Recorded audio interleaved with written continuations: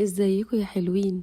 النهاردة هحكي لكم حدوتة لولي وفريد والكلام اللي بيوجع.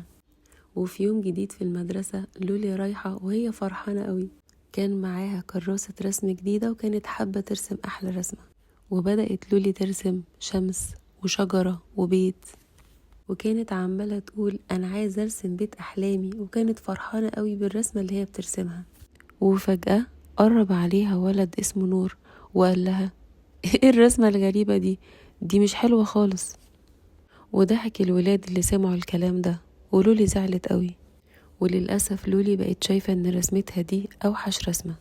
فريد كان واقف قريب وشاف لولي زعلانة، وقال لها على فكرة بقى انتي رسمتك حلوة جدا، وقال لها لازم تكوني عارفة ان كل رسمة وليها جمالها. نور للأسف كان ماشي يقول كلام يزعل اللي حواليه. شاف بنت زميلته في المدرسة شعرها كيرلي وجميل، قال لها ايه ده؟ هو انت شعرك عامل كده ليه؟ ده شكله غريب قوي. البنت زعلت قوي من كلام نور وسابته ومشيت. وفي ولد كان رايح يلعب مع نور، قال له ممكن العب معاك؟ نور قال له لا لا لا، انت قصير قوي، انت مش هينفع تلعب معايا.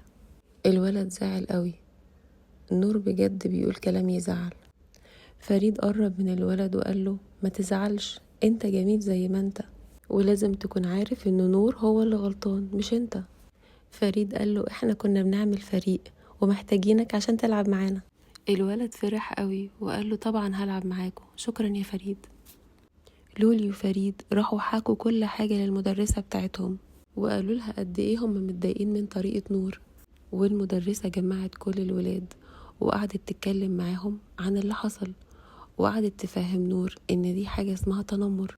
وقالت لهم احنا كلنا مختلفين عن بعض، واختلافنا ده هو اللي بيخلينا مميزين. نور قال لهم انا اسف بجد، انا مش هكرر الكلام ده تاني. المدرسة فهمتهم وقالت لهم لو حد قال لكم كلام يزعلكم ما تزعلوش ولا تضربوا. انا هقول لكم على 3 حاجات تعملوهم.